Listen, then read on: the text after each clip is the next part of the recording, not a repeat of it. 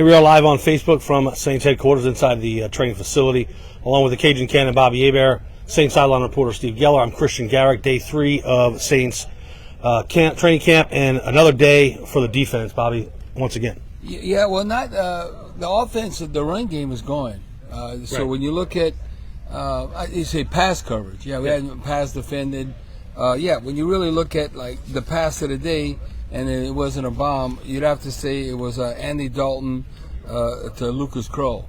That had been a plus 30-yard. It was a sail route. A sail route is in between like an out route and a deep corner. So it's almost like a sail. So you envision that. That had been about a 30-yard completion. Nice touch by Andy Dalton getting it in there. But we need to see more instead of like one play. We need about a handful of those. But that's a credit to our defense. But if you look overall, to start the period, and team, it's hard because without pads, but you can still see a hole in how the running backs are hitting it. Back-to-back running plays to me that have got about, for sure, 10, if not 12 yards. Alvin Kamara, and then the top free agent, Justin Smith from Baylor, back-to-back plus 12. You know, I'm telling you, he's going to be a hard guy, and he's going to make the team at running back. You know what we talk about running back is Dwayne Washington. People don't realize he had 2 runs plus 8, and what he does on special teams. So until someone beats him out on special teams, they know they can count on him. I said this yesterday in an actual game. He actually ran for over 100 yards in a real NFL game. Ingram had a nice cut, about 5 yards. Adebo plus 7. But I'd say a good run period for the offense. So the defense will look at that and try and make adjustments so they could see if they were able to stuff the run game in the practices to come. Shai Tuttle, when we talked about his effort, he had one really good run fit. Good plus where, Stone, the running back on the line. This is not good. He can't rest on his laurel because he has no laurels. Tony Jones Jr., he drops 2 passes. In this offense, you have to be a pass receiving running back. So that didn't bode well for him. A guy that keeps stepping up, and I brought this up to Dennis Allen today, Andrew Dowell. I don't know, he had 3 passes defended. I say very Craig Robinson like, but he still has to put more skins in the wall. But Andrew Dowell, I thought was outstanding. Now with Jameis again, I thought he struggled at times. Just looking at this team period, and I blame more Callaway than Adebo. Man, Adebo was eating up Callaway, but I would expect that. Right now, Callaway's like our 4th receiver. Adebo's top 2 cornerback we had. He had an in-cut Callaway. It looked like Adebo ran the route better than him. So, there's no place to put the football.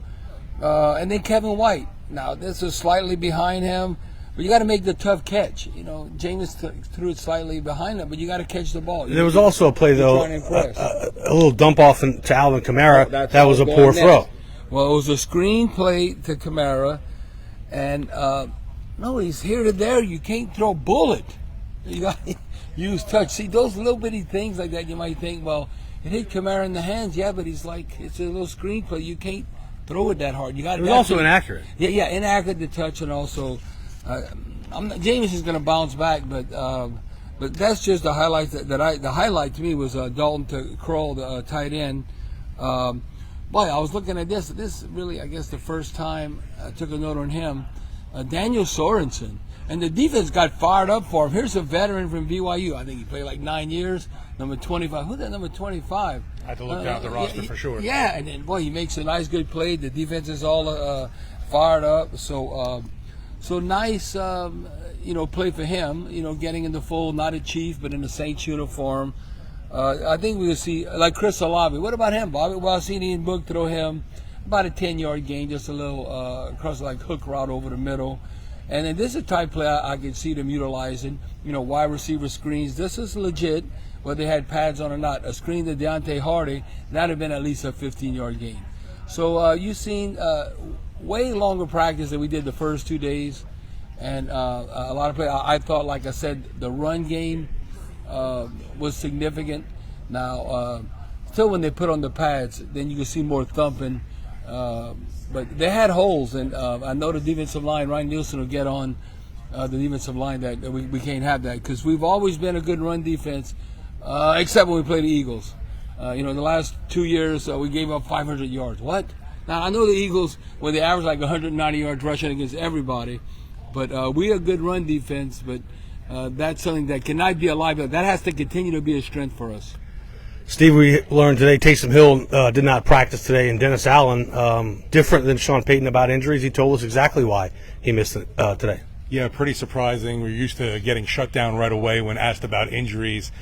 Didn't get him at the podium yesterday. Taysom Hill was supposed to talk to the media.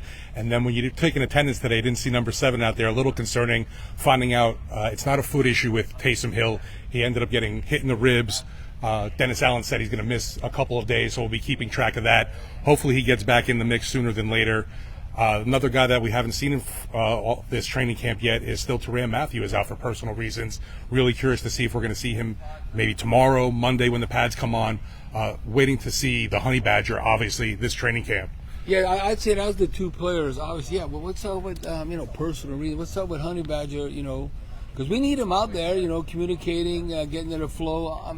I think we still Worley, along with Marcus May, and then also Pete Warner.